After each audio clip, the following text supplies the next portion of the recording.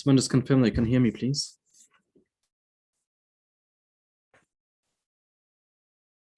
We can, inshallah. أعوذ بالله من الشيطان الرجيم بسم الله الرحمن الرحيم رب اشرح لي صدري ويسر لي أمري واحلل عقدة من لساني يفقهوا قولي سبحانك لا علم لنا إلا ما علمتنا إنك أنت العليم الحكيم رب زدني علما يا رب صل وسلم دائما أبدا على حبيبك خير الخلق كلهم والحبيب الذي ترجى شفاعته لكل هول من أهوال مقتحم فسهل يا إلهي كل صعب بحرمة السيد الأبرار صلى الله عليه وسلم اللهم جنبنا الفواحش معاصي الخطايا والزلل لا إله إلا أنت بسم الله الرحمن الرحيم. Okay, last week we looked at we had a brief introduction to economics, a very, very brief introduction to economics, and just a recap that economics is all to do with the best way to allocate the limited resources for maximum benefit. And we looked at how this applies to a small town, but the concept is the same for a whole country, a whole continent, and therefore the whole world as well. We know we have limited resources in the world. How best to make use of those resources so that there's benefit for most people. And part of economics is then where economists will now look into what they call consumer behavior. So because they need to allocate those resources, what economists need to understand is how do consumers behave?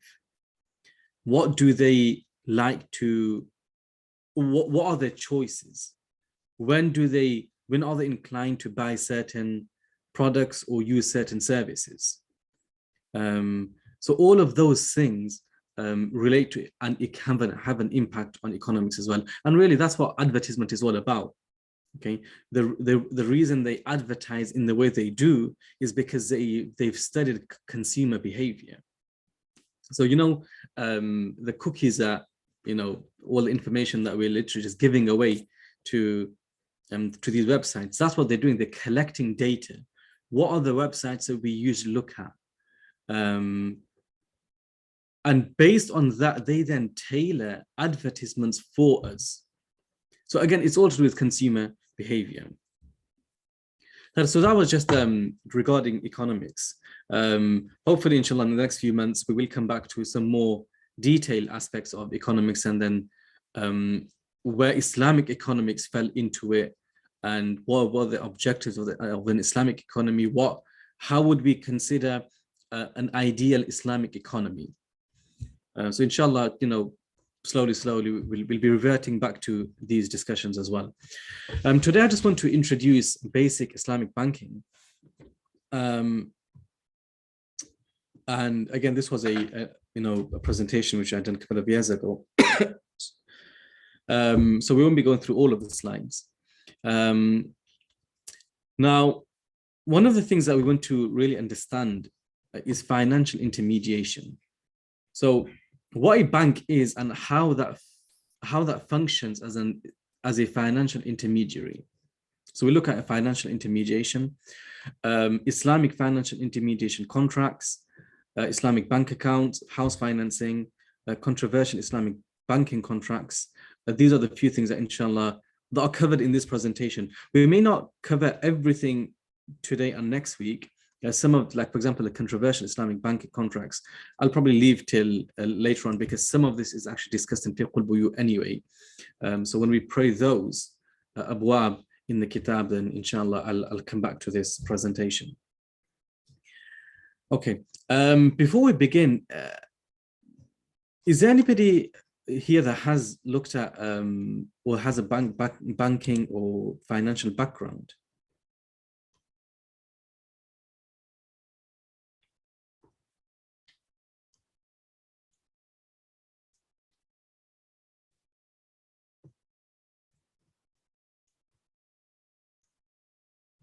Okay, it doesn't seem so. Okay. So the first thing that we need to understand is financial intermediation. So if we understand this, we'll understand where banks fall.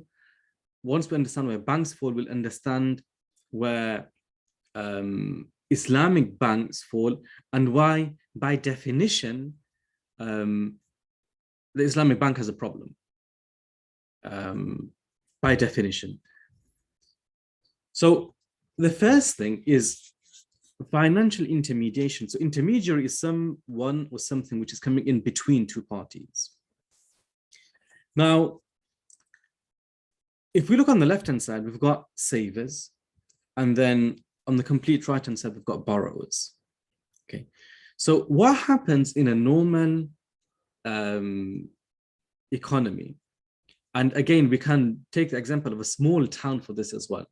Okay, let's say we have a town of 100 people only.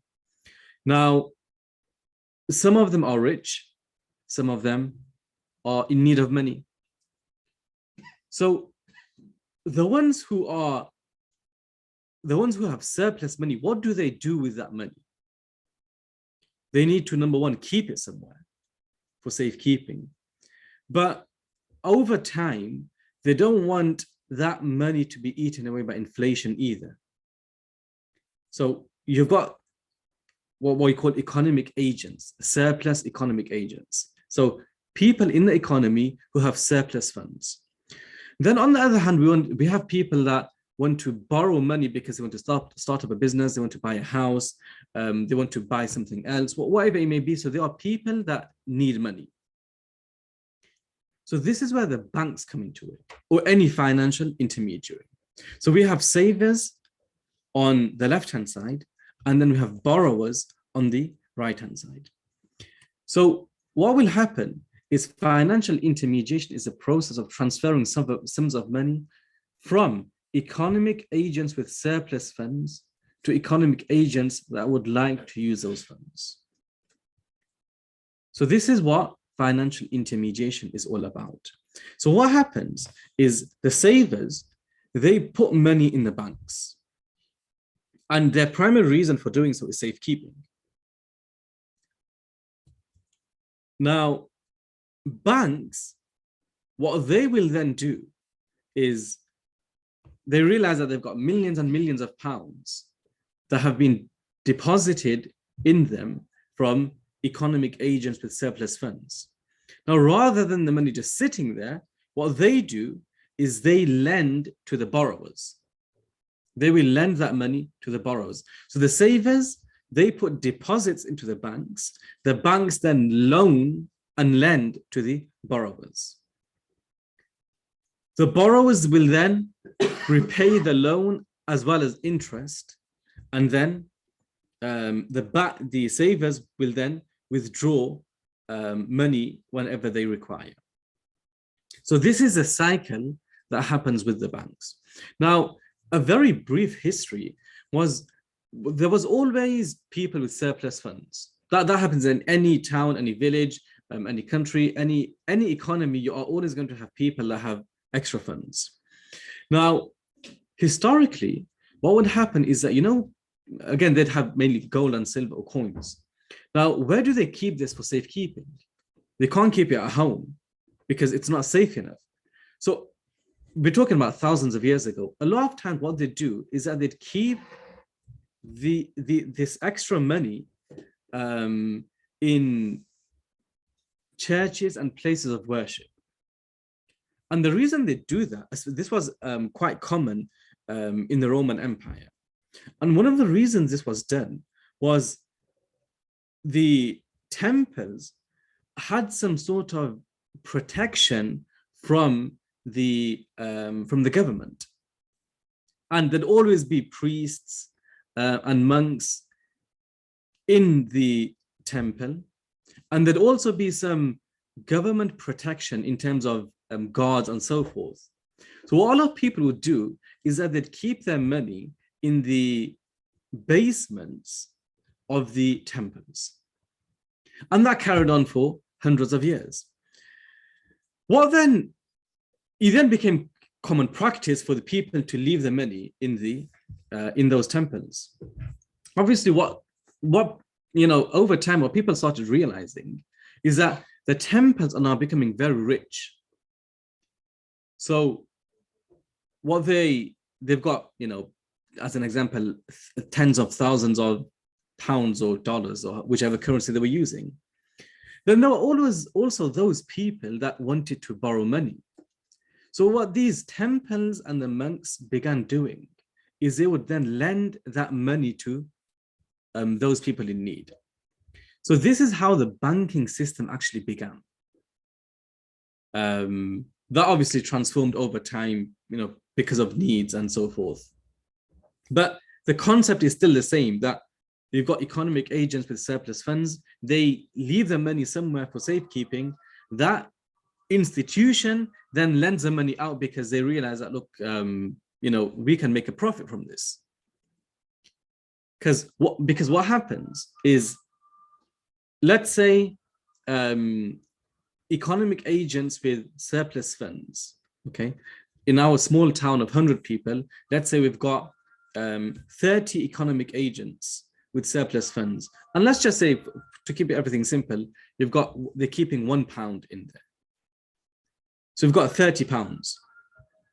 And through the data that this bank has collected, or let's just keep it as one person. So everyone keeps their money with one person in the town because, he's Amin, he's trustworthy, and, nobody will mess around with him. So everyone knows that the money is safe with him. So this person has £30 just for safekeeping.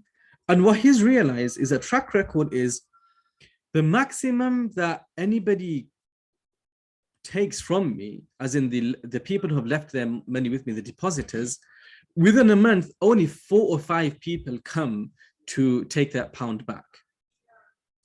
So at any month, I'm still going to have £25 with me. So what this individual then thinks to himself is, if I've got £25, that money is not mine, it belongs to the depositors. So although £30 have been left with me, only 4 or 5 people are coming on a monthly basis to take that £1 from me. So I've got £25 that's just sitting here. And I know there are these people that want to borrow money. So why don't I lend money to them for 1 or 2 months? So I'll lend them £1 and they have to pay me back £1.10. So that's what this individual starts doing. He starts lending out that £25 to economic agents with needs on an interest. Now, the depositors, they cause a fuss saying that you're lending our money out. So he says, no, I'm actually doing this for you.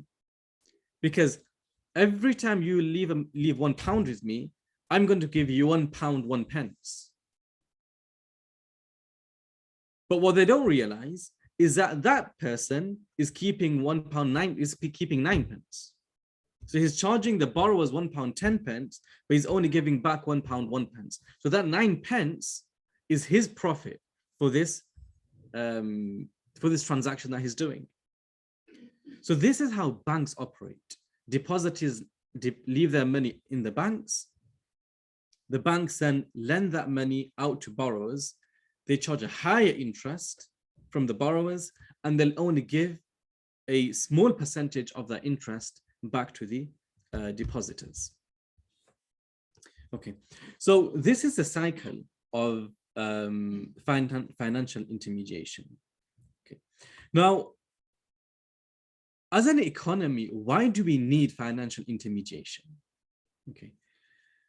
So number one is that different instruments in the forms of financial securities are issued and devised to meet different needs.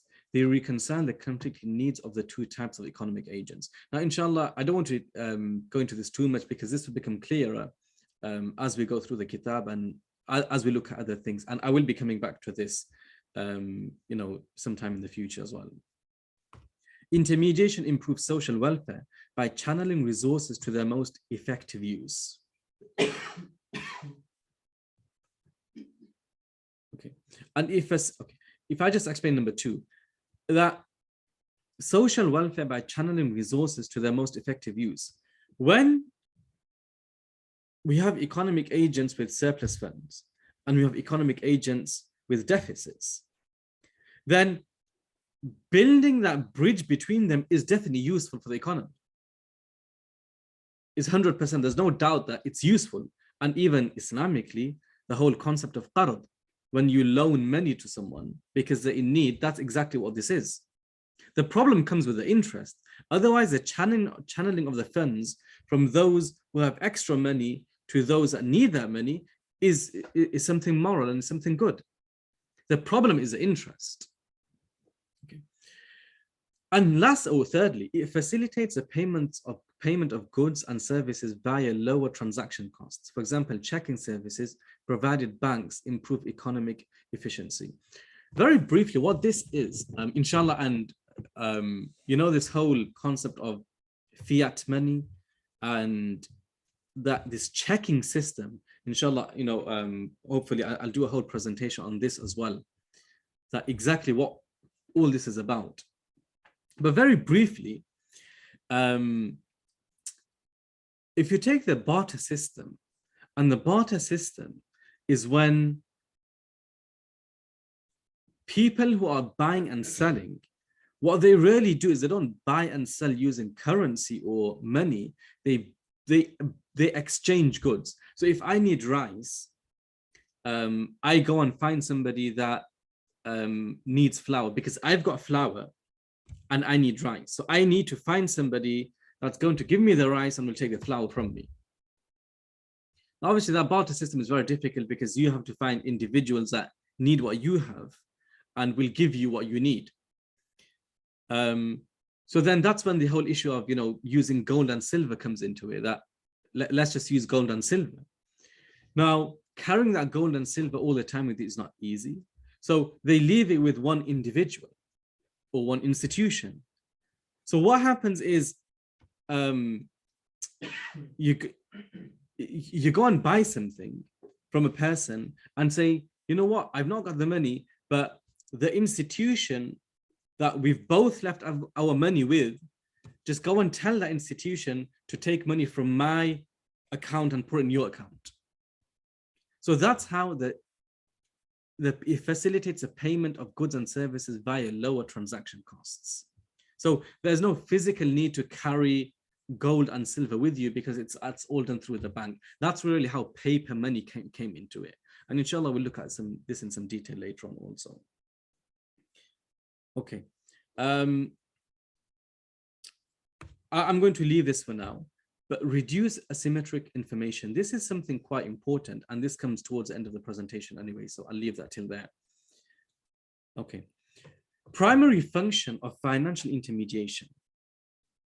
If you look at the top, risk spreading. What happens in risk spreading is, let's say our economic agents with surplus funds, okay?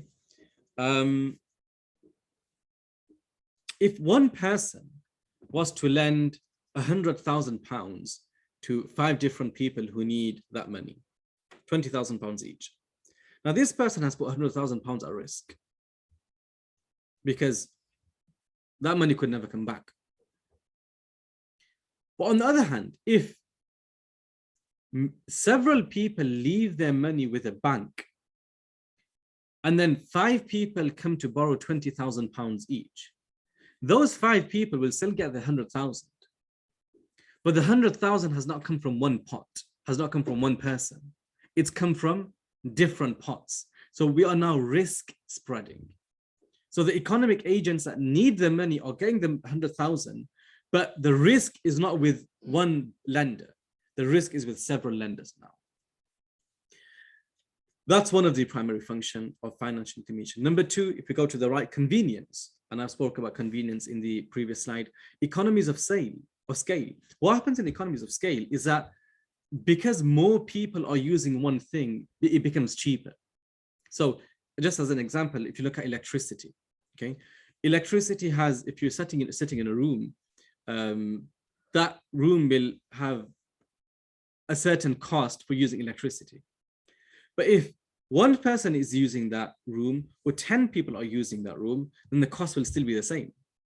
But now instead of the cost being for one person, the cost is for 10 people. So 10 people are benefiting from the electricity of that room. So we are spreading the cost, that's economies of scale also. So the same thing happens with banks, that because many, many people are using that one service, things become cheaper. Financial specialist. So we know that not everybody is has the acumen of saving and how to use and manage their money properly. If there's a bank, if there's an institution that's all they deal with, then they will gain expertise in that, and therefore you have financial specialists. Greater liquidity. Liquidity means the actual, not assets, but rather money. Okay, that's what liquidity is. When people need money, okay, when people need money, if there are banks, then you've got more liquidity. If you don't, if there aren't any banks, then nobody has anywhere or anyone to keep their money with. So instead of, if you've got £100,000 and no bank's going to take your money, now anything can happen to the £100,000 if it's just in notes. It can get lost. It's easy for that to get stolen. If there's Allah forbid, if there's a fire in the house, the money can get burnt. It's prone to a lot of risk. On the other, so what would somebody do in this scenario?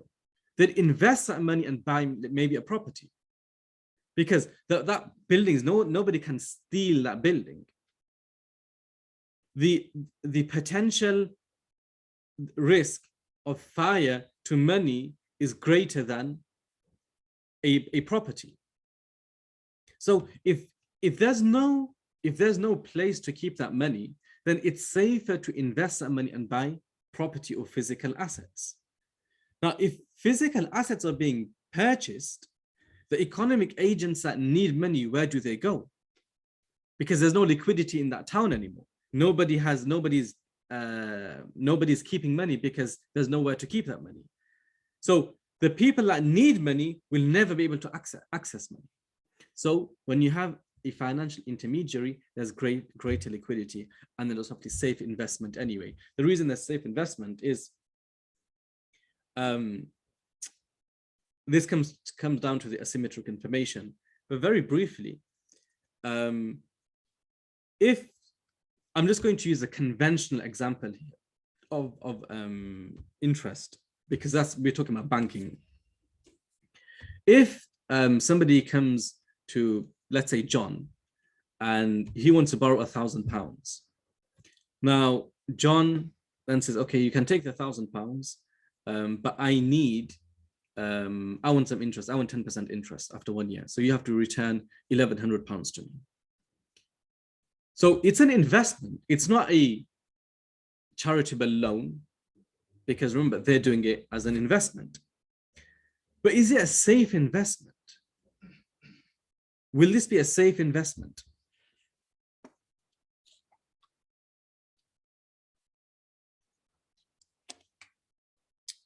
What do you think?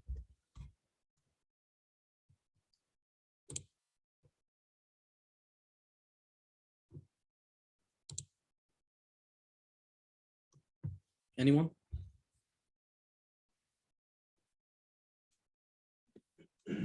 It's much more risky than investing in the bank and getting interest from the bank. Okay. Why? What are the risks? It's one person, and so he may not be able to pay you back. Okay, he may default in payment. This lender, John, is going to do a lot of checking. Now, does he have the expertise to do the checking? Does he have the time to do the checking? Not a bank will do all that for you, because that's what they're there for. So when you do this to a bank, because what we do, not what we do, but generally what happens is clients, they deposit money in the bank. And I'm not talking about current accounts, I'm talking about saving accounts here. When you deposit money in the savings account, the bank will give you interest. Now, because you've deposited money and it's a savings account, what you're actually doing is you are telling the bank that you can use my money for an investment. And the bank will also treat your money as an investment. So you are investing in the bank. Now, the bank is not going to collapse tomorrow like an individual can collapse financially. So it's a safer investment. So rather than lending money to an individual, even though that person is promising you 10% return, it's safer to invest in a bank where they're only going to give you 2% return because the bank is unlikely that the bank will collapse in the next few weeks. So it's a safer investment.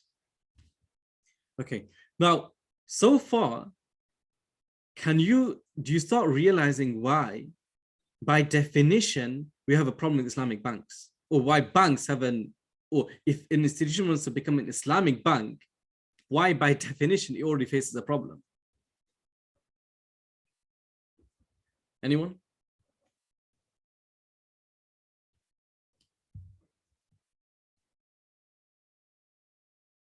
They're based on interest.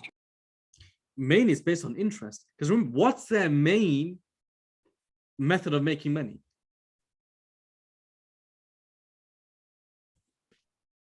If I go back to this slide here, what do banks do? They loan money to borrowers. Yeah. Now these borrowers could be people wanting to buy houses, wanting to buy a car, but really where the real money is when a corporation wants to borrow 10 million pounds. That's where the real money is. Okay. Now, remember, banks only want to deal in liquidity. They don't want to deal in assets. So banks make money by lending money. That's the principle. Banks make money by lending money. So an Islamic bank needs to now overcome this. Remember, because it's a bank, it's there to make money. It's not a charity. So whether we're talking about a Rayyan or Gatehouse or any other, bank, Islamic bank in the world, they are there to make money. They are not there to make things easy for the Muslim buyer or the Muslim consumer. That bank is there to make money. How is this Islamic bank going to make money by lending? That's the challenge that the Islamic banks face. Okay. Now, asset transformation, conduct orderly payments, brokerage, risk transformation, all of this is, the primary functions of financial intermediation. Okay. This is very similar to the picture that I showed you earlier on. But again, if you look on the left, we've got lenders, surplus units, household.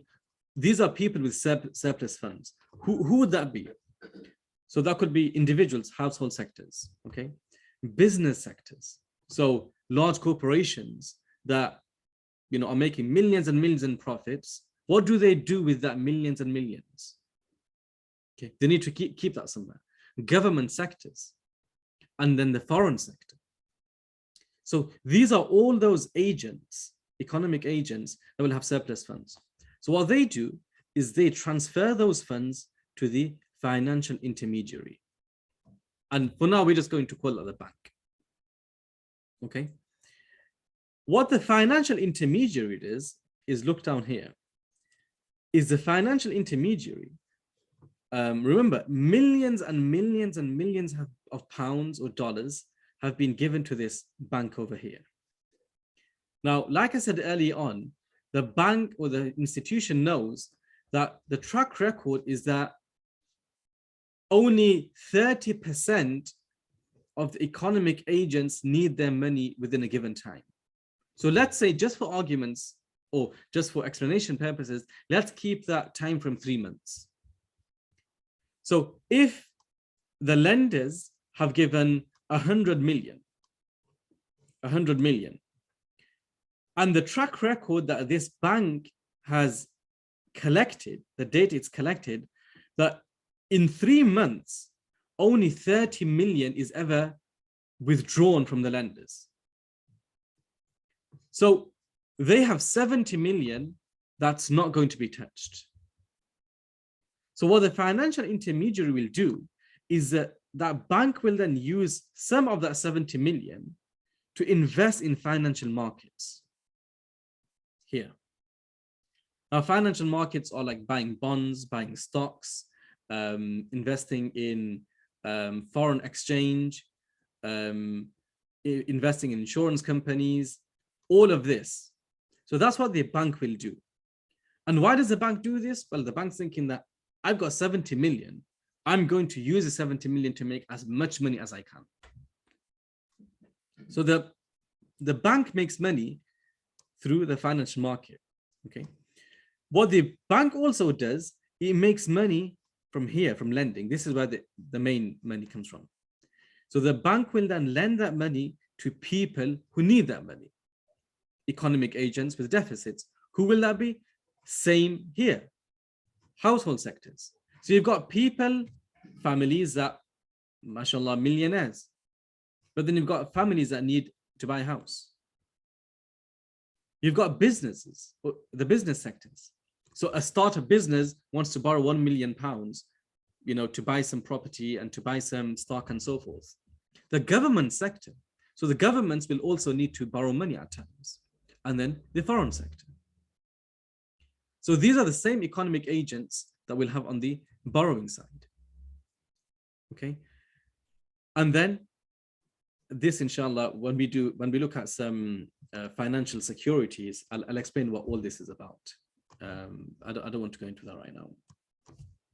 In any case, I hope this cycle is clear of how a bank is an in-between person. Remember, intermediation is coming in between two parties. So that's what the bank does. It comes in between the borrower and the lender. It facilitates that transaction, that lending. Ustad, Assalamu alaikum. Alaikum salam. You mentioned that there has to be Islamic banks. Obviously, we can understand how it's going to be a bit difficult for them to make money. There has to be a middle path for them to overcome that. The first question here would be, is Shar'an, what is the money regarded? The money we leave in the bank, is that an amana or is it qard? Okay, that's a very, very good question. And based on that question, a number of masail come out. But yeah, have you got a second question? No, so I would have just said, if what you just showed, if they just bought assets, they could have made money like that. But then the question I just had then is, what is that money that we're giving to them? Are they even Shar'an, is it even jaiz for them to invest our money into financial assets or other means of making that money? So that's what that would answer the question. So the first, is your question based on an Islamic bank or a conventional bank? Islam, I'm just talking Islamically. Okay. Yeah, but that would be interesting as well, just to know conventionally what our money is. Conventionally, our money is actually a loan to the bank. And that's why, number one, your money is guaranteed.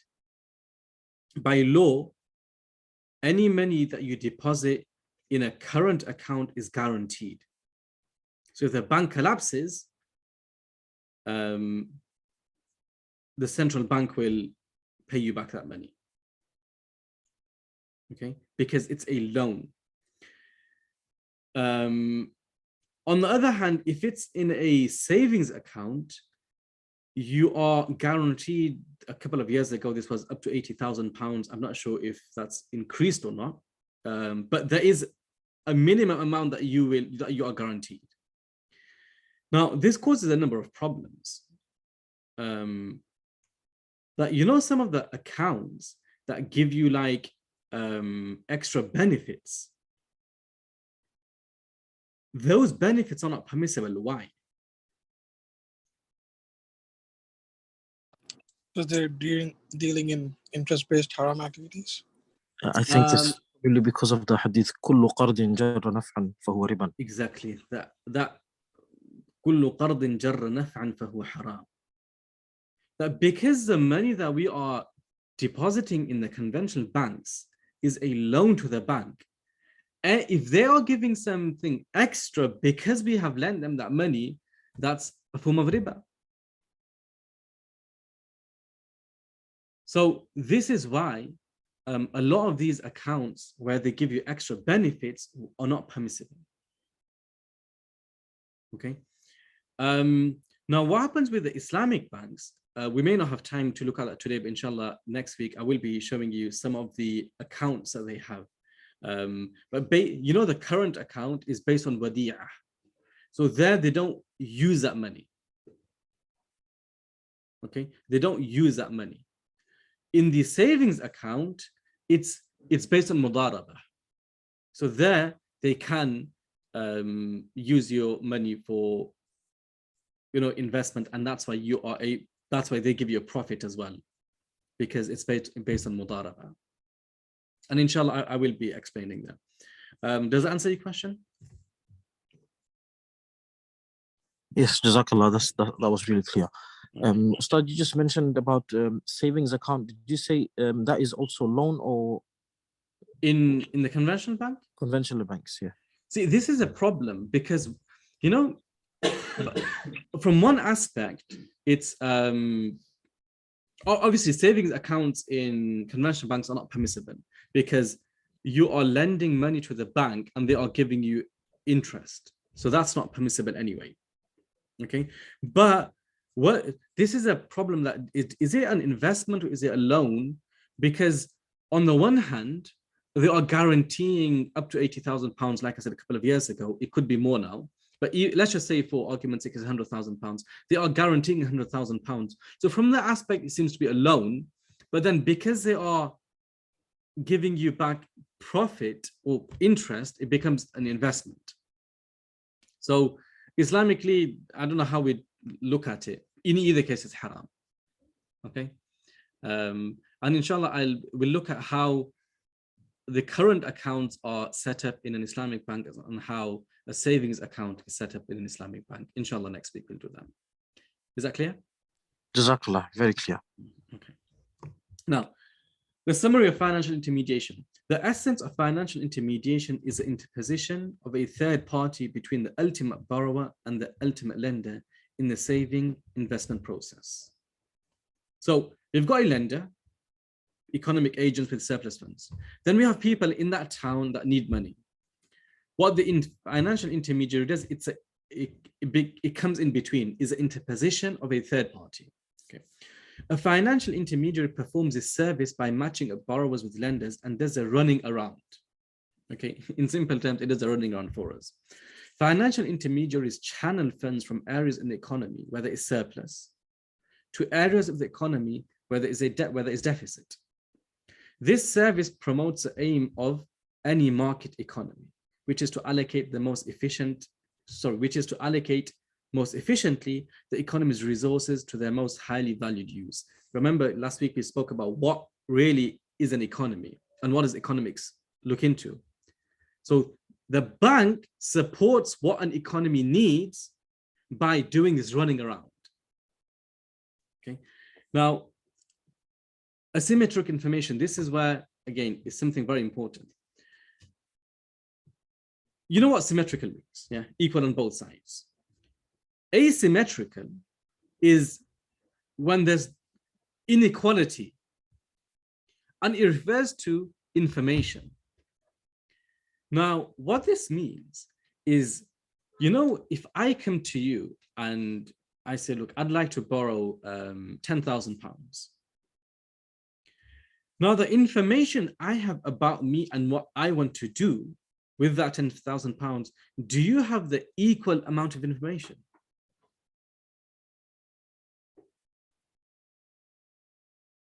Do you? No. No. So the information is asymmetrical here. There's not equal information on both sides. And that's why there's a great risk for any lender. That although I come across as, you know, I'm going to use the money for something very good. I want to buy a property and, you know, inshallah, within 6 months, I'm going to pay you back. And I give a whole story. But I could have planned something else in the background. So there's asymmetrical information. Now, so asymmetric information is where one party to a transaction has insufficient knowledge regarding the other party involved in the transaction to make accurate decisions. So when I come to you to borrow £10,000, you're going to be hesitant because you don't know much about me. Am I truthful? Am I honest? Am I going to use the money for the house like I'm saying, or am I going to use it for something else?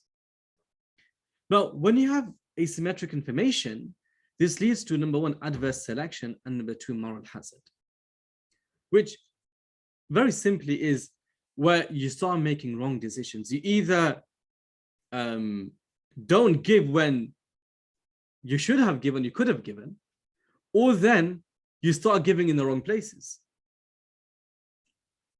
But a bank is quite protected from this. Number one, because the bank has taken upon itself to return your money to you. So any money you've deposited in the bank is going to return that money to you. So you don't have to worry about that. Now, the bank is lending money to the borrower. So it's a bank's duty now to find out as much information from that borrower as it can. Now, because of the financial expertise, and this is what a bank does, the bank will do all of those checks. Number two, the bank, again, because of the economies of scale that I spoke about, remember, it's got millions and millions of pounds deposited. So what the bank does is it hires a lawyer, an in-house lawyer. And if anybody defaults in their payment, the bank can use their lawyer to run the case. But an individual can't keep an in-house lawyer. So, you know, the asymmetric information that's naturally there, that is greatly reduced by this financial intermediary, because the financial intermediary will take on that role itself. Okay. Adverse selection, moral hazard. Adverse selection is a problem created by asymmetric information before the transaction occurs. Potential bad credit risks are the ones who most actively seek out loans. So adverse selection, let's talk about giving where you're not supposed to. Again, this is based on a lot of data that potential bad credit risks are the ones who most actively seek out loans. So if there's a person that's going from bank A to bank 2 to bank C, you know, begging them to give him a loan, the only reason he's doing that is because he knows he's going to be refused by most banks because he's got a poor credit risk. But again, the bank can do that because the bank has the expertise, the bank has the funds to do all the checks required. So that's adverse selection, that you just don't know enough about this borrower to make the right decision of whether to give or not to give. Moral hazard is a problem created by asymmetric information following the transaction. The borrower may engage in more risky activities. I've come to you saying that I want to borrow £10,000 to buy a property. Yeah, what I do with that £10,000 is I go and, you know, buy stocks with it. Now, if I'm going to use that for stocks, it's possible that I lose all my money. I never get the shares and the profits I wanted to. If I was going to buy a house, then at least I've purchased a house. At least I've got something. And if I can't pay you back, I'll be told, okay, sell your property and pay the brother back. But if I borrowed the £10,000 and I've gone and bought shares, hoping for profit, but the shares dropped, let alone any profit, I've not even got my £10,000 anymore that you lent me. So that's a moral hazard. That will the borrower engage in an activity or use the money for something that he didn't tell you about? So asymmetric information leads to these 2 points: adverse selection, that you could end up lending the money to people who you shouldn't be, and moral hazard, where the borrower then uses that money for something other than what he said. Okay. What we'll do is, inshallah, we'll stop here. This was just a brief introduction about banking itself. Inshallah, next week, what we'll look at is how Islamic banks operate. How do they, by definition, they need to do two things. They need to safekeep your money. So they need to allow people to deposit the money in the bank, because that's what they're there for. And the second thing is they need to use that money to make more money. So how do they do this? So inshallah, this is what we'll be looking at next week. We are finishing 10 minutes early. Well, as in the presentation has finished 10 minutes early today. So we do have some time for questions, or if there's any comments, any input that anybody wants to have. I hope that, again, today's presentation has been useful in understanding, what banks do and how they operate. I hope it has been useful, inshallah. Alhamdulillah, alhamdulillah, jazakallah. Any questions?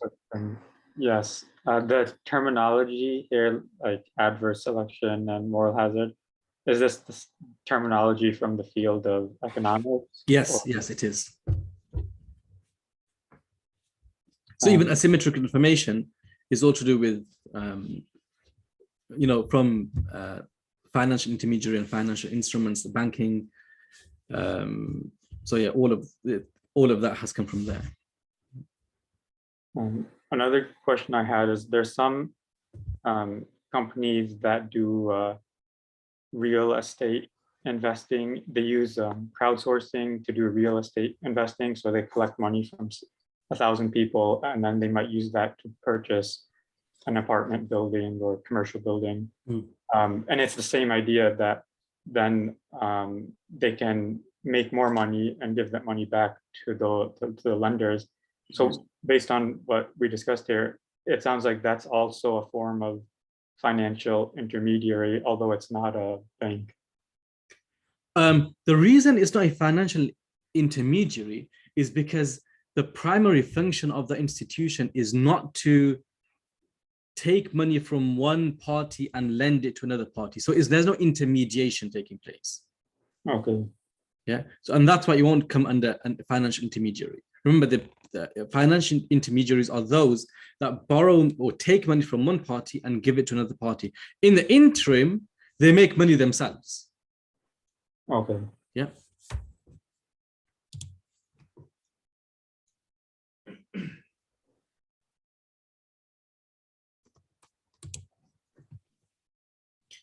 Any other questions from anybody?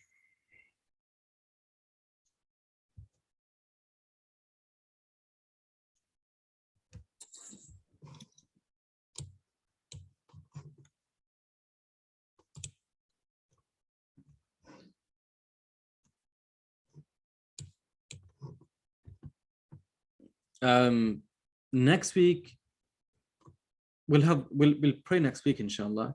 The week after that we won't have a lesson because most likely will be Eid on that Sunday. So there won't be a lesson, so we're talking about the 10th of July. So there'll be no lesson on the 10th of July, and then inshallah we'll carry on praying after that as well. However, the first 2 weeks of August we'll take a break for two Sundays, because in the UK it's we've got our summer holidays here. So inshallah we'll just take a 2-week break, and yeah, in next week inshallah I'm going to be traveling to Australia also. So but I'll carry on teaching from there. It's just the Eid day, that one lesson, and then the 2 weeks, first 2 Sundays of August that we won't have a lesson, just as a small break, inshallah.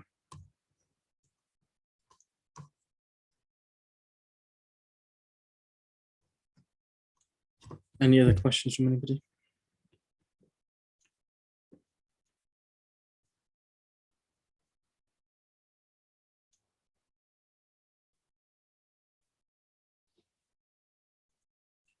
Ibrahim said when you open a current account, you're effectively loaning the money to the bank. So you said that you can't take extra benefits. What would be an example of extra benefits that they give apart from interest? Okay. So one of the students here is asking a question that what's an example of the extra benefits that current account or banks will give if you open an account with them. Again, this differs from bank to bank, but in the UK we have a famous bank called NatWest. So one of the things they were offering was if you open an account with them, then they'll put £50 in. They'll put £50 in. So that's a benefit which they're giving. Certain insurance that they give you. They'll give you certain cashbacks. So these things, so if you think about what they're doing, they're asking you to deposit £500 and they'll give £50. So although they're calling it as a deposit, in effect, it's a loan. So you're going to be loaning £500 to them and they're going to be putting £50 in. So your bank account will now show 550. What if they give like subscription to something? Free Subscription to, like for example, Amazon Prime or something for a certain amount of time if you open an account with them. Is that still a benefit? okay, so this question came before as well. So again, the follow-up question is that what about if they give you free subscription to Amazon Prime? So somebody asked me this before as well. So I told them that to send me some detail because I want to know exactly how that works. And inshallah, based on that, I can then give you the proper answer. Yeah. Ustad, what if this question came up once as well, and that is, what if somebody was to open the bank account and take the hadiyah or the service that they give, but not put money? That's a good way of that's when you word it like that, then there's no question. But if somebody was to not put their money in and just take the services they're providing, would that be fine? From if they allow you to do that would be. But from what I understand, and again, when I looked into this, that you had to have deposited a minimum amount. So it's not just opening the account as in registering, you have to physically deposit money. Only then do they give you the benefits. But are you aware of a bank that will give you the benefits even without depositing? I think there was a time, I'm not sure if that is still around. There was a time and few brothers opened accounts just to get the services, and then they just didn't put the money in, or after a few months they shut it down. Yeah, then there'd be no problem. Referral scheme to be fine. Like if I have a bank account, then the bank tells me if you refer your friend and he just opened an account, they give you £50 cash in your bank account, that would be fine. Okay, these are a lot of good questions now. Alhamdulillah. A referral. Let me think about it. You know why? Because again, what we have to, so the question is that if you're a client at a certain bank and you refer your bank to one of your friends and your bank will give you £50, are they, so you know that £50, is that because you're a lender to the bank? So that's what we really have to look. It's these fine points when it comes to Buyūʿ and so forth that that you have to really look at that. What are they giving you that £50 for? Is it purely to refer, or is it because you are lending them money and therefore because they want, so when they want another client, what they really want is another lender. So you're a lender, and as a benefit, they're going to give you £50 if you bring another lender. So that's what you just have to find out those details.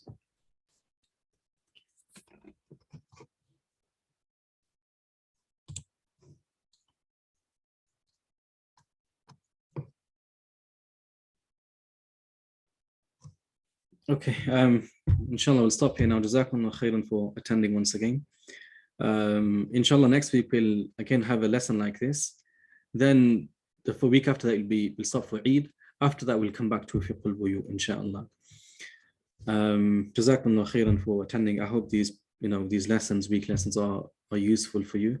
A number of people have asked that, can people still join? So we're constantly getting emails about, that is it too late to join? So if somebody does want to join, then feel free that, they can still subscribe. There's no problem. And inshallah, Mona Hudayfa will be able to send the previous recordings out also. So if you feel like it's useful and somebody does want to join, then inshallah they can join. Jazakumullah khairan.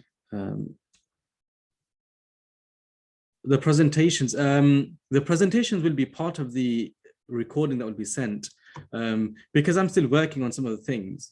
I don't want to share the presentation as yet, but inshallah later on I will share the presentations. Okay. Jazakumullah khairan. Assalamu alaikum.